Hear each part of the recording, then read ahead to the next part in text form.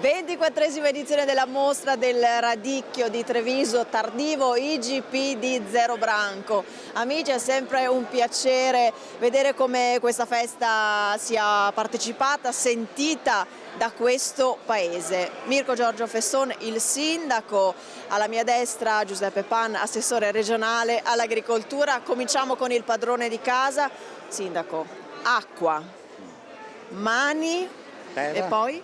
Terra e tempo. Acqua, terra, mani e prodotto. tempo per fare questo prodotto. Il tempo dice la sua, il tempo determina in qualche modo la qualità del prodotto. Se per esempio comincia a piovere tanto tende a essere amaro, se invece vi è neve e ghiaccio tende a essere croccante e dolce. E quindi, come si vede, non è solo l'attività umana ma anche la natura che determina il risultato finale. Una festa partecipata. Qui attorno, chi sono queste persone? Sempre questo qua, zero questa gente, perché piace mangiare bene, capito come?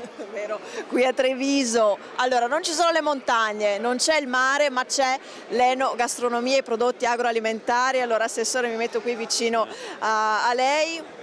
Il futuro anche del nostro turismo, lei ha detto prima durante il suo intervento, sono anche questi prodotti. Certo, noi in Veneto abbiamo 65 milioni di turisti che arrivano ogni anno, ma dopo aver visitato Venezia, Verona, il Santo di Padova, eccetera, vogliono naturalmente sedersi con le gambe sotto la toia, come si dice da tanti altri, e mangiare e bere dei prodotti del nostro Veneto. Quindi sicuramente vicino ai nostri grandi vini ci sono i nostri grandi prodotti alimentari e il radicchio di Treviso, forse nessuno lo sa o pochi lo sanno, è la parola che più è conosciuta al mondo in italiano dei prodotti tipici, e quindi sicuramente la difesa e la promozione dei nostri prodotti tipici e il radicchio in particolare è assolutamente importante.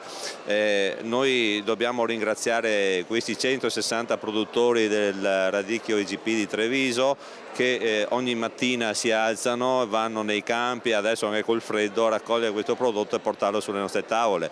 E quindi dico a tutte le signore che vanno ad acquistare: comprate il radicchio certificato di Treviso. Quest'anno tra l'altro c'è una produzione di circa 1 milione di chili, quindi che è ottimo, conservato, è un ottimo disciplinare, e quindi è un prodotto che non è naturalmente adulterato, che viene da altri paesi ma che è proprio nostro, e quindi diamo anche un reddito importante ai nostri produttori.